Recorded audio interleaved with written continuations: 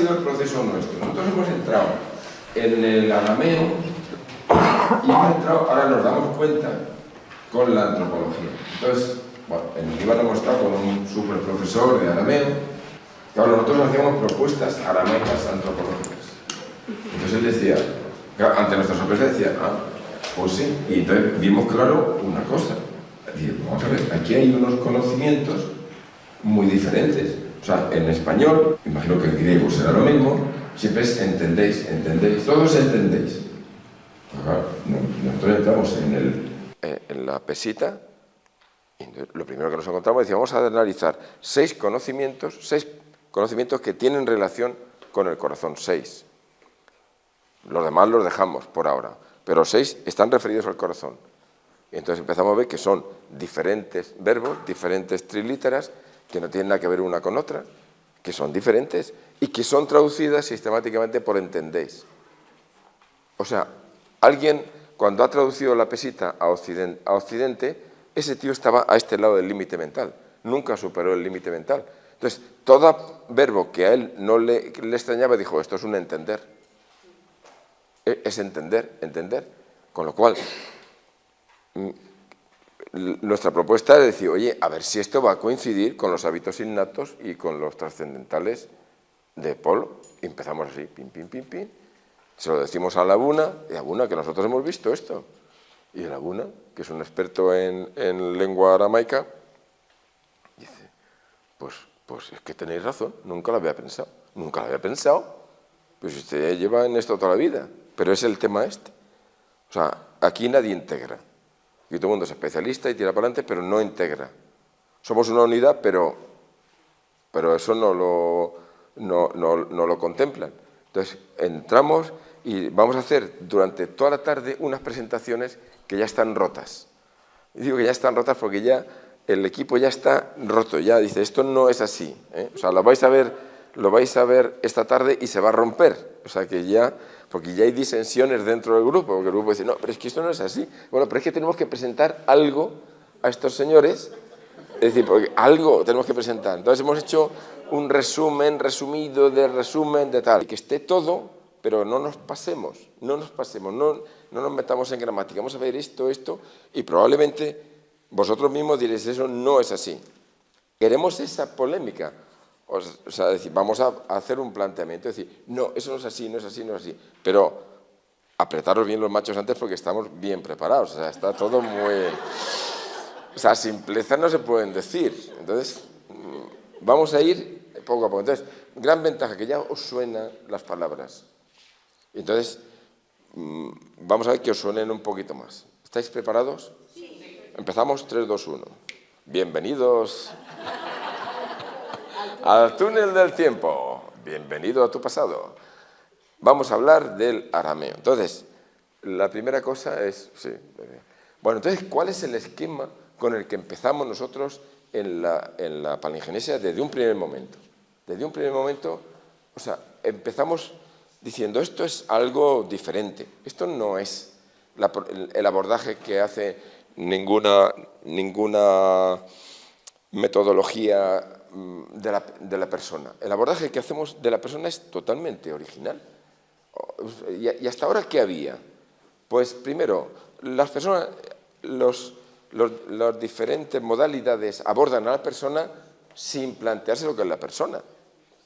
Yo he estudiado 6 años de medicina y a mí nunca me han explicado lo que es la persona. O sea, yo he tenido en primero de medicina física, química, biología, estadística, pero yo nunca he tenido antropología.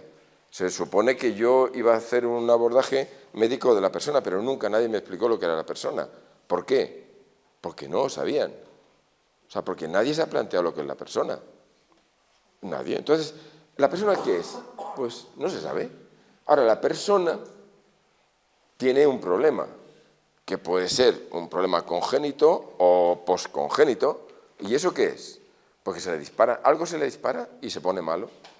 Se pone muy trastornado. En el fondo, ¿qué hay? ¿Qué idea hay? Que hay un defecto, hay una fabricación, alguien fabrica personas. Pero tiene defectos de fabricación. Tiene un defecto genético, pero Bueno, pero la pregunta es, bueno, pero ese defecto genético, ¿por qué? O sea, no hay preguntas, no hay preguntas. O sea, hay de pronto un trastorno físico, psíquico, mental. Entonces, ¿qué pasa? Que cuando te encuentras en esa situación, nosotros nos encontrábamos en un estado de realidad desfondable.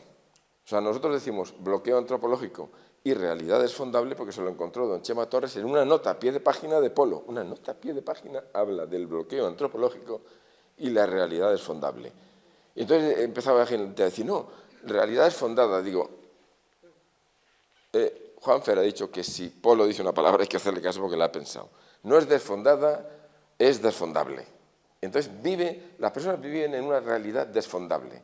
Es decir, ¿qué es lo que quiere decir? Que aparentemente está muy bien, pero tú le aprietas y eso no tiene fundamento, se cae. Porque el fundamento se quedó atrás. ¿Dónde? Esto es lo que nosotros nos encontramos. Entonces, cuando nosotros actuamos, hacemos un abordaje antropológico profundo, vamos hacia la causa profunda de las manifestaciones. Y entonces, ¿qué es lo que hacemos? Nosotros no curamos. Lo que nosotros hacemos es restauramos.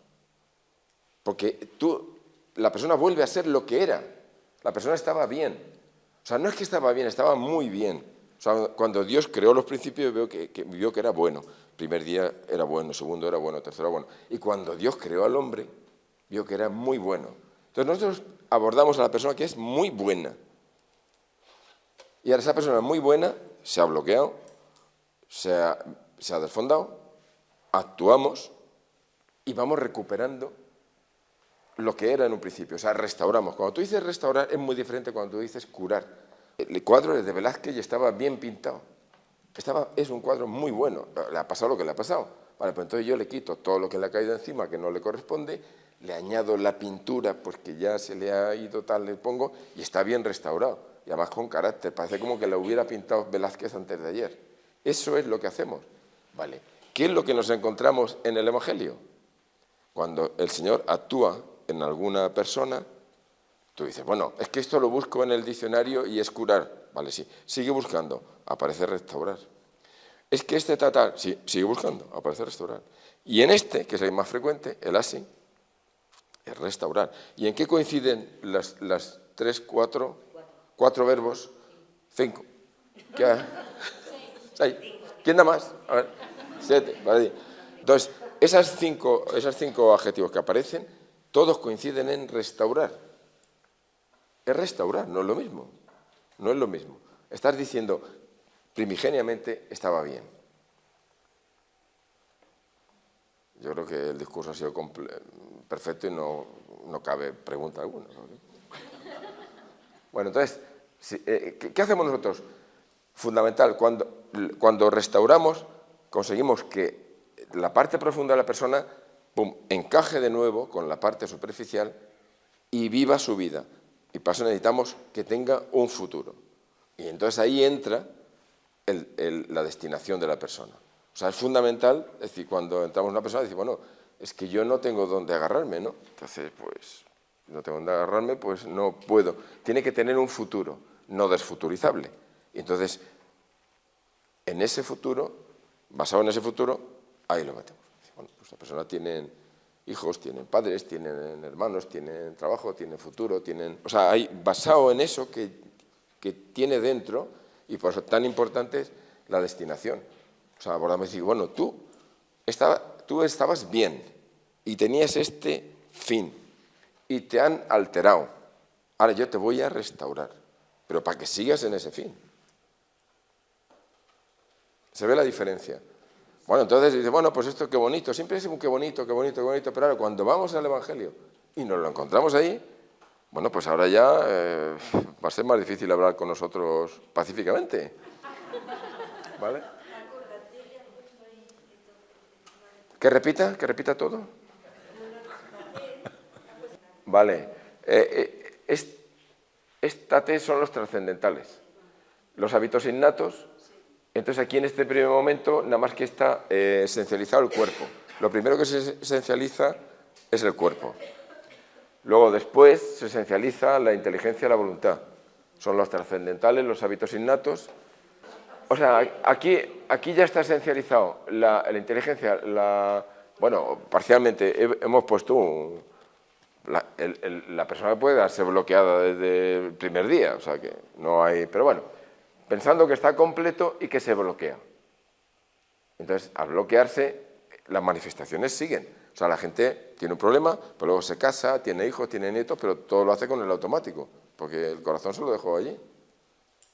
Yo presento esta presentación, pero no es mía. O sea, detrás de esta presentación, en la Paleogénesis hay un equipo de locas, podríamos decir más o menos, o sea, o sea, cómo han trabajado y cómo es asombroso. Desde el año pasado, bueno, tú has visto cómo han trabajado en el Líbano el personal. Ha sufrido. Un día vino a la clase A, él estaba en la clase B, y un día vino a la clase A, se puso allí y a los 10 minutos hubo que retirarlo desmayado ahí. Con el abuna.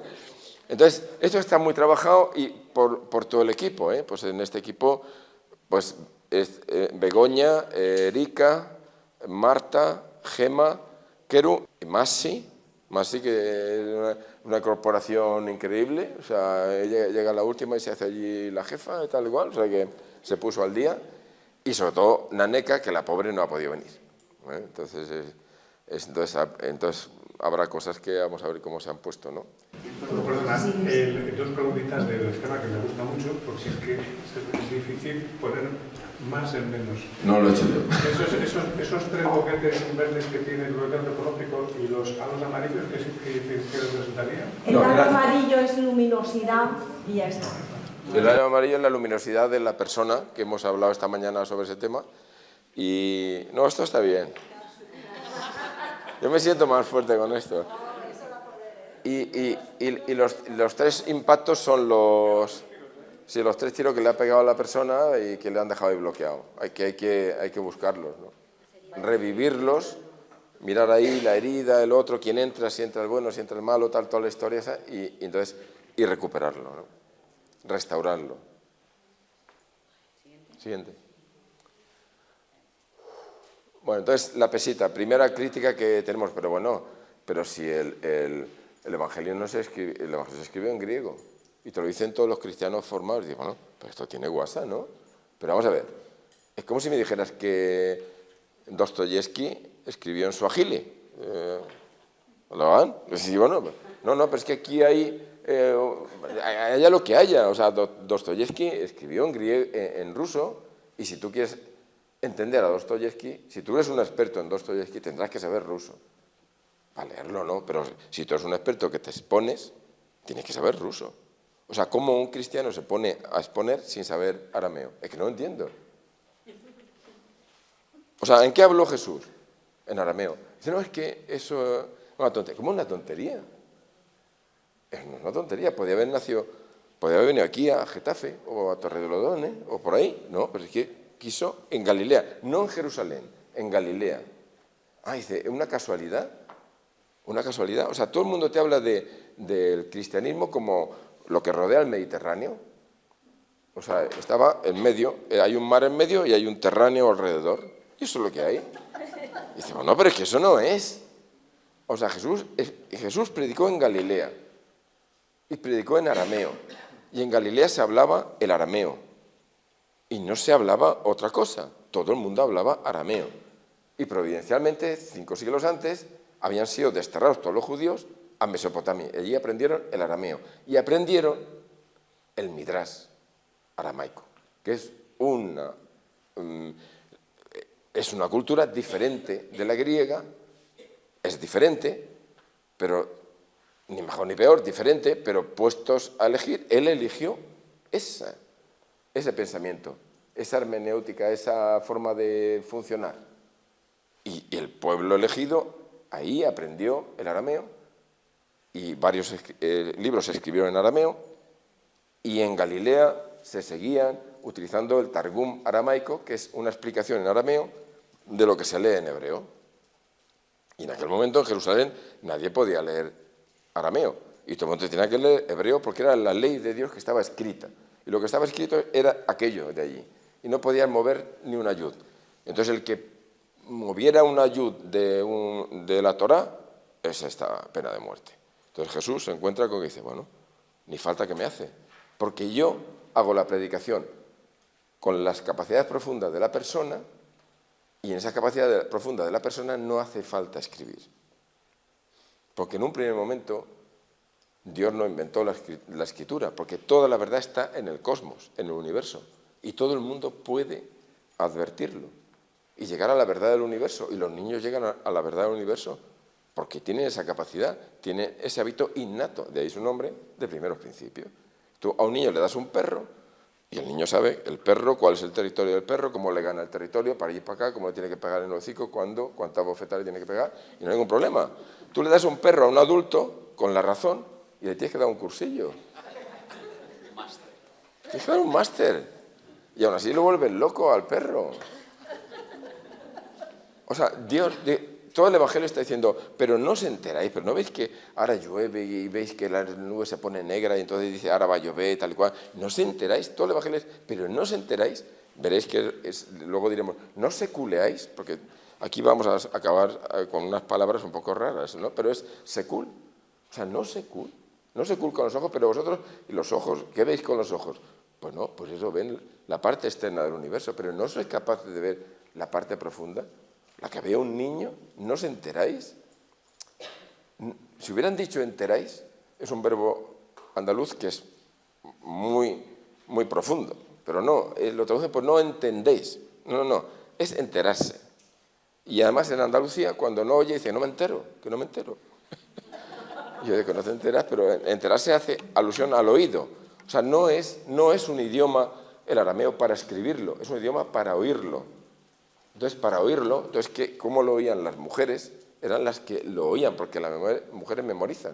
O sea, estas mujeres, ahora preguntarle, venga, oye, un verbo irregular de la tabla 8, el pretérito imperfecto de la forma ezpael es eo o e, y te empiezan a discutir, ¿no? O sea, han memorizado toda la gramática aramea. Entonces, es una capacidad que no es normal. Entonces, ¿quiénes eran las que memorizaban la palabra en su corazón? Las mujeres. O sea, y unas las memorizaban mirándole a la cara, viendo los gestos que hacía, y otras como Marta, pues estaban ahí, Marta, pues ahí. O sea, no veía todo, había elegido la peor parte. Pero eran mujeres, o sea, en ningún momento aparece ningún hombre. O sea, él utiliza, ¿y qué hace? Primero levanta a las mujeres. Oye, la que estaba allí encorvada en la sinagoga, cum. Talita, también, cum. La otra, cum. La suegra de Pedro Fiero, cum. Levanta a la mujer y la pone, ¿a qué? A que memorice y a que viva el Evangelio en el corazón. Y ahora, cuando la mujer tiene el Evangelio en el corazón, ¿dónde está? Ya está en la casa. Entrar en la casa. Y si no reciben, no vais a otra. Y si os reciben, ¿quién está allí? La madre y la abuela, que aprenden oralmente una lengua. Entonces, al aprender oralmente la lengua esa tiene que ser muy especial. Entonces, todo el Evangelio está hecho con un ritmo, con una bilateralidad. No pongáis aquí vuestro corazón en el mundo, ponerlo en la riqueza, ponerlo en el reino de Dios. Hay una bilateralidad, hay un ritmo. Entonces nos hemos encontrado allí en Líbano los colos, que es como los primeros cristianos, al ritmo de la alfarería, o sea, es un canto que te permite trabajar, pero te permite contemplar. Entonces los primeros que aparecen son cantos de trabajadores, mucho antes que los cantos de los monjes. O sea, es todo pensado para la persona. Y dice, y además yo no escribo, lo único que escribió fue en la arena, que seguramente fueron los pecados de las que querían apedrear a aquella mujer. Lo único que escribió. Con lo cual, ¿qué quiere decir? Los ojos, y en la escritura es más de la razón. Entonces, él ha hecho un evangelio sin basarse en la razón. No es que no la tenga en cuenta, pero no. O sea, lo fundamental es las capacidades profundas. Entonces, la razón es entender. Y tú te lees un evangelio en español y es entender. Es que no dice eso. ¿Entendéis el silencio que he provocado retórico? ¿Lo veis? ¿Hay preguntas o no hay preguntas? Entonces, La pesita, pues Erika pues ha conseguido en la Biblioteca Vaticana, tiene un link, os lo mandas si quieres, pum pum, te metes en el link y en el link aparece una pesita, un manuscrito original de la pesita en arameo, 536, año 536. Bueno, si está ese ahí, pues que habría muchos más, ¿no? Nos hemos traído del Líbano una Betussira, que es el primer manuscrito más antiguo encontrado en arameo, arameo caldeo, siglo IV. Todo el mundo cita el Diatesarón, que es unos evangelios sinópticos de Edesa, del siglo II. O sea, es lógico, o sea, todos se lo sabían de memoria, pero Mateo, que era un poco pesado, pues lo escribiría, pues como ahora se escriben las cosas. Hay cosas que tú te las sabes de memoria, pero si se va perdiendo la tradición, luego se escriben. En el Misteri de Elche, que yo he sido un cantor muy pues allí, durante siglos se ha transmitido de forma oral, y en el siglo XX, pues un tío dice, oye, lo voy a poner por escrito para que no se pierda. O sea, nos ha perdido un montón de siglos. O sea, la transmisión oral, si está bien confeccionada, bien tejida, no se pierde. Pero para tejerla, tienes que tejerla en arameo. Y si la tejes en arameo, entonces la tejes para cada uno, porque no es conceptual. No es conceptual.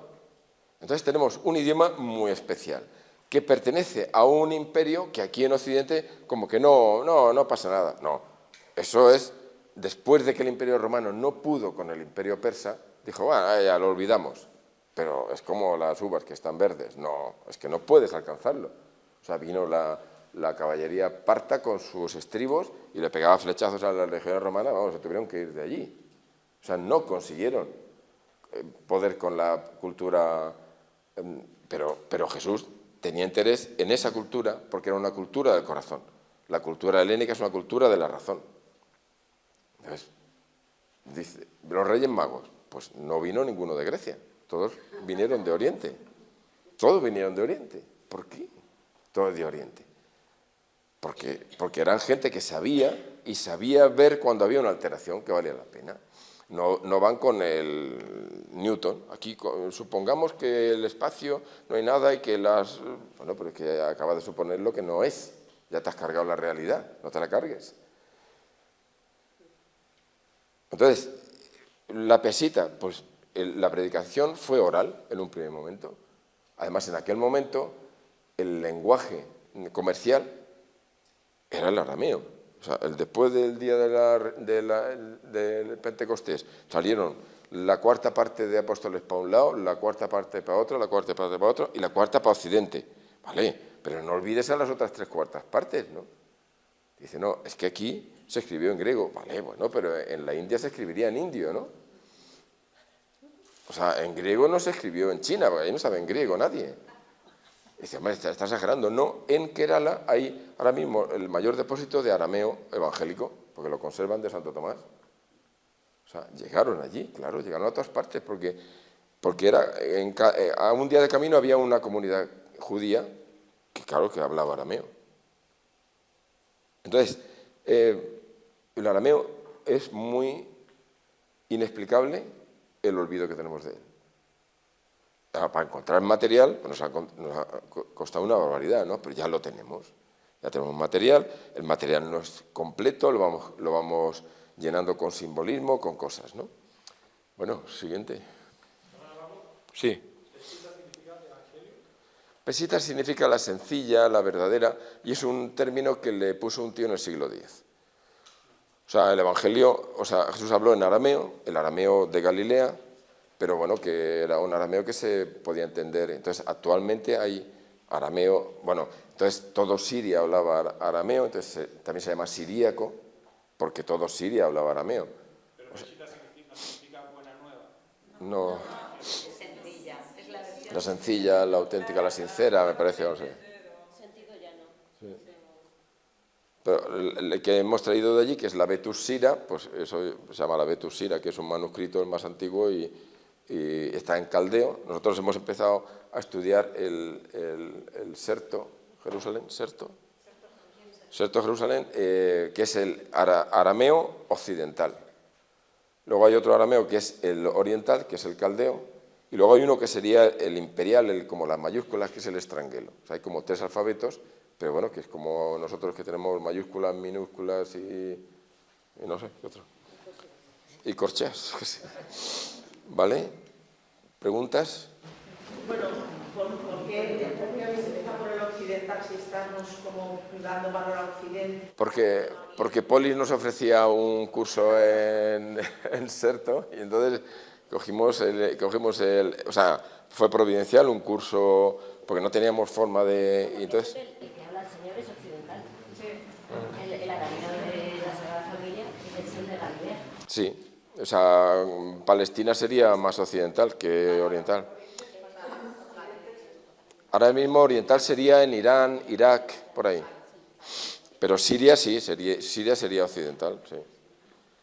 Bueno, luego ha habido muchas providencias, ¿no? Una de las providencias que ha habido es que hasta el siglo VII, pues toda la comunidad oriental, que había más cristianos que en Occidente, by the way, los primeros concilios son todos de padres de la Iglesia oriental, y luego llevan 3 o 4 subvencionados por Constantino, pero los demás, o sea, pero de Occidente, pero vamos, eran los primeros, había más cristianos ahí.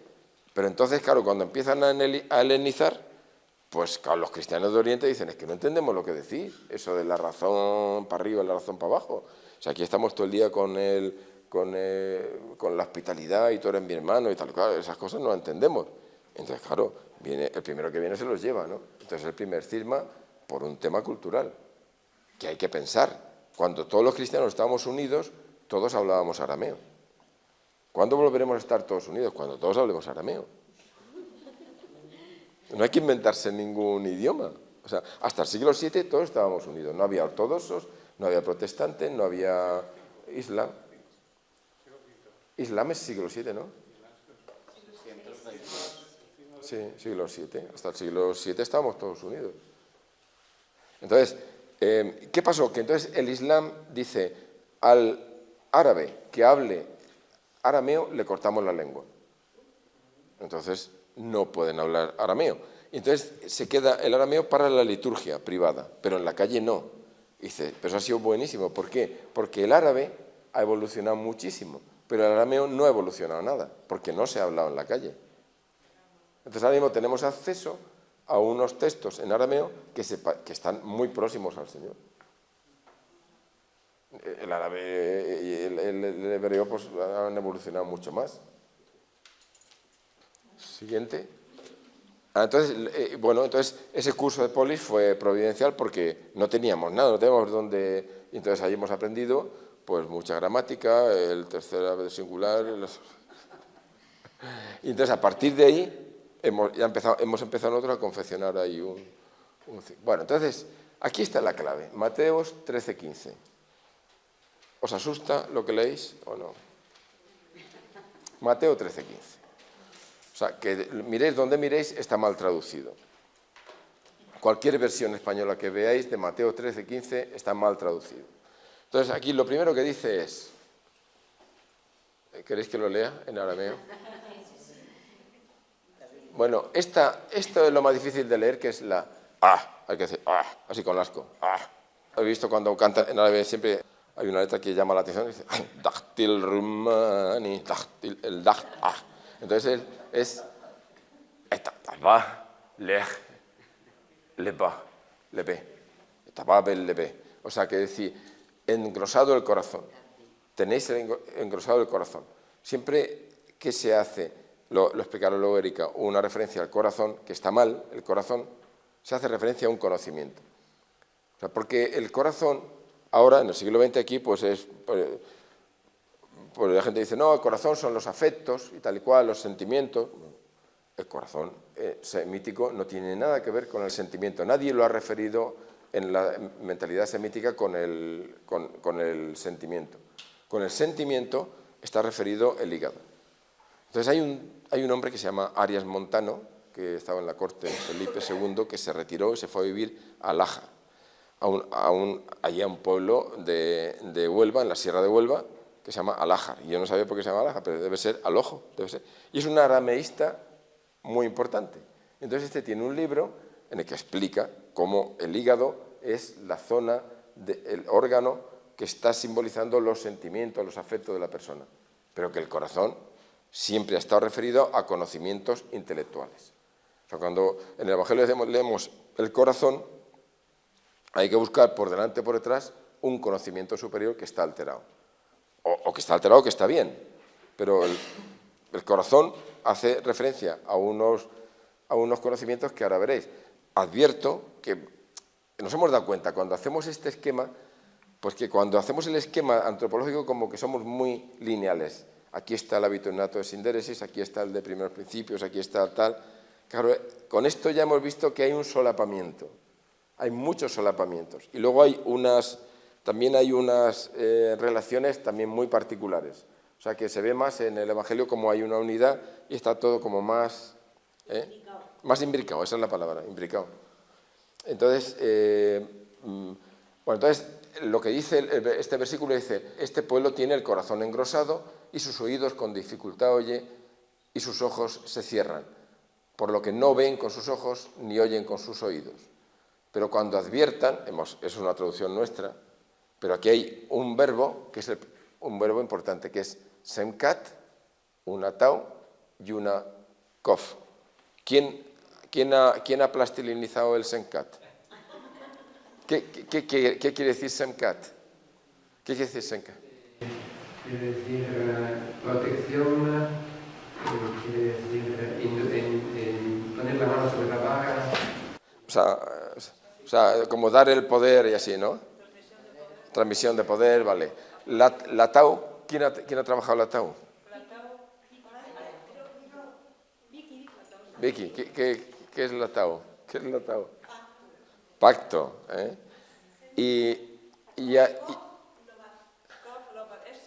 Es verdad. La tau no forma parte de la raíz, es verdad.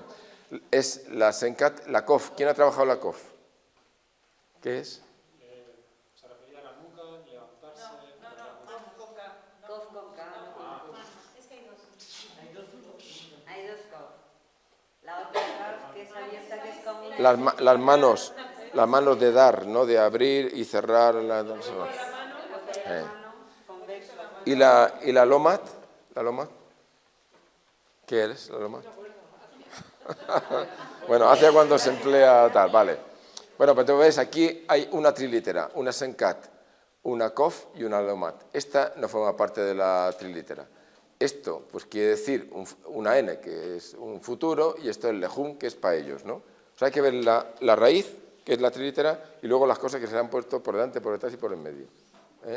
Pero es un conocimiento. O sea, hay un no ver con los ojos, o sea, que no ven con los ojos, no oyen con los oídos, entonces se les ha endurecido el corazón, ¿qué hago con ellos? Entonces pensamos que el sekul tiene que ver con el hábito innato de primeros principios, porque tiene relación con el ver, cómo ves, con qué profundidad y cómo oyes. Yo no sé arameo, pero la palabra en hebreo equivalente es shikul. Sí. Exactamente. Y es necio. Y significa, considerar. Y considerar es contemplar los astros. O sea, es tener en cuenta los astros, que es lo que hacen los Reyes Magos, por ejemplo. Vale, pero contemplar en profundidad, ¿verdad? Claro. Pero una contemplación que es una consideración interior de lo exterior. Sí, que ellos dijeron, bueno, esta estrella no corresponde pero en vez de decir, bueno, pues vamos a dormir, dijeron, no, esto vamos a investigarlo. Sí, que al final es interpretar un signo. Eso es, del universo, un signo del universo. Pero los griegos estaban bebiendo o durmiendo, los griegos no se enteraban de nada. Entonces, entonces el versículo sigue diciendo, o sea, si os fijáis en el esquema que hemos empezado a decir, estaban bien, pero el corazón lo han endurecido porque no han utilizado un conocimiento que tenían innato. Entonces, tienen el corazón endurecido, están mal, tienen un trastorno. Entonces, sí. Sí, no sé si la vas a pasar. La primera palabra que me llama mucho la atención la traducción, que es engrosado. Sí. No sé por qué se me enciende, aquí sois un montón de médicos, unos cuantos, tú desde luego, siempre estamos con las gastritis, encefalitis, todos los procesos parece que empiezan con lo inflamatorio, ¿no? Pero no sé si hay alguna razón por ahí. Sí, claro, hay un simbolismo. Pensamos que el corazón es elegido porque coge la luz del espíritu en diástole y en sístole la empuja hacia afuera, hacia el mundo. Y también coge, o sea, el corazón coge y bombea de un sitio para otro, ¿no? Coge sangre oxigenada y la lanza y desoxigenada y la oxigena y tal y cual, ¿no? O sea, es algo intermedio. Pero eso está más en relación con endurecido, o sea, si está endurecido no puede... No puede tener esa elasticidad. Pero esto está Engrosado, sí, sería una miocarditis sería. Miocarditis tienes el corazón más engrosado. Bueno, pero Erika va a explicar ahora las diferentes alteraciones. La charla cardiológica la va a dar ahora. Vale, entonces, o sea, en el fondo está explicando este versículo, está explicando nuestro esquema. Es decir, estaban bien, pero se les ha endurecido el corazón porque no han utilizado un conocimiento, pequeño detalle, y luego dice, pero cuando adviertan, porque esto no está traducido, pero cuando adviertan lo hemos puesto nosotros. Porque si leéis cualquiera, dice, están endurecidos los ojos, no oyen, los ojos no ven, tal y cual, y ahora que vean, que no sé qué, ya no está clara, o sea, la parte primera contratante de la primera con la segunda, no está claras, ¿no? Lo que quiere decir, ¿no? Entonces, lo que nos parece que es más adecuado es decir, pero ¿cuándo? Porque la cosa cambia. O sea, no ven, no oyen, se les endurece el corazón, pero cuando adviertan de verdad, cuando utilicen el avitunato de primeros principios en profundidad, entonces, dicen todas las traducciones, se convertirán y yo los sanaré. Pues no, señor. Dice, retornarán, no es lo mismo convertirse, porque tú te puedes convertir a lo que te dé la gana, que retornar a la fábrica donde salió bien fabricado y aquí sabemos restaurarlo. Entonces, y retornarán y los restauraré, así. Aquí es una OLAF. ¿Quién ha trabajado la OLAF? La OLAF, fuerza, unidad. Eso es, fuerza, la fuerza. ¿Y la SEMCAT? SEMCAT ya lo han dicho antes. La transmisión de poderes. Transmisión de poderes. O sea, es decir, bueno, alguien con fuerza que le transmite. Así aparece siempre es el más frecuente, ¿verdad?, en las curaciones que hace Jesús. ¿Qué hace Jesús cuando ve a una persona? Pues claro, entiende las manifestaciones. Dice, este no lo hice yo así, el cojo yo no lo hice yo así de cojo. El manco yo no lo hice así de manco. Entonces le dice, venga. Y entonces empieza a asirlo que es a restaurarlo, no lo cura. No es esa la actitud, es una restauración. Entonces, aquí está, claro, en San Juan hay otro versículo equivalente, pero este es el esquema que hemos puesto nosotros al principio. Siguiente. Sí. También puede ser un tornarse. Retornar, o sea, es decir, utilizando tu libertad, retorna. Retornar no es un volver a, sino que es mirarte hacia él. Vuelve a donde saliste.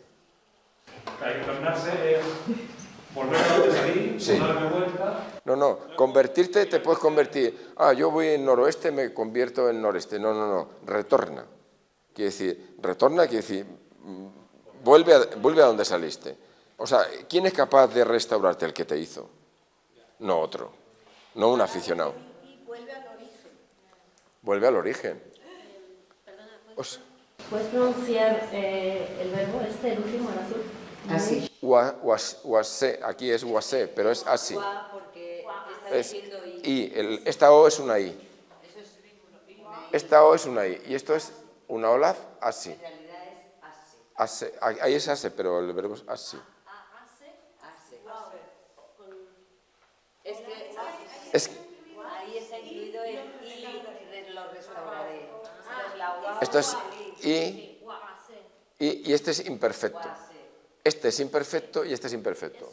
Bueno, yo te digo, Sí. efectivamente, hacer en Wa'ase, por ejemplo, en hebreo, significa y yo los haré. Pues fíjate. O sea, es hacerlos. Obviamente, si los ha hecho antes y los vuelve a hacer. Los rehago. O sea, no está implicado en... No los creo, pues ya los creo y ahora los hace. Pero bueno. Recrear, rehacer. No, O sea, recrear. es como hacerlos de nuevo, porque es una recreación, efectivamente. Bueno, pero veis, ya vamos entrando en el arameo, porque el arameo es cuando aparece una trilítera, la trilítera te hace una llamada directa, pum pum, a otras 3 trilíteras, que son primas hermanas. Y cada una de esas 3 a otras 3 que son primas segundas. Con lo cual en el escenario no aparece una palabra y un concepto, sino que es un teatro. Y entonces tú tienes que darle vueltas y darle vueltas. Pero es que la verdad no se puede expresar por un concepto racional, se queda pobre. Y en ese revuelo tú al final te quedas con la palabra que es para ti. Con lo cual el Evangelio escrito, proclamado hace 20 siglos, está escrito para ti, porque tú le vas a encontrar ese sentido. Entonces, ¿cuál es nuestro proyecto? Es decir, hacer que el arameo sea fácil. Por ahora, la primera etapa la hemos conseguido. Decir, oye, hay 12 horas de arameo en las que tú tienes lo básico. Con eso te metes en un Dukrana y juegas lo que quieras. Y jugando, es que tú lees arameo. Bueno, la primera prueba es que no habéis salido huyendo. Estáis preguntando, oye, ¿y tal? ¿Os suena? Abuna nos hizo un ejercicio que no sé si os diste cuenta. Hay un tipo de escritura árabe que es como cuadrada. Hay muchos alfabetos. Entonces él explicó cómo al arameo, quitándole los palotes por arriba y por abajo, se forma la escritura árabe cuadrada. Lo ves, ¿no?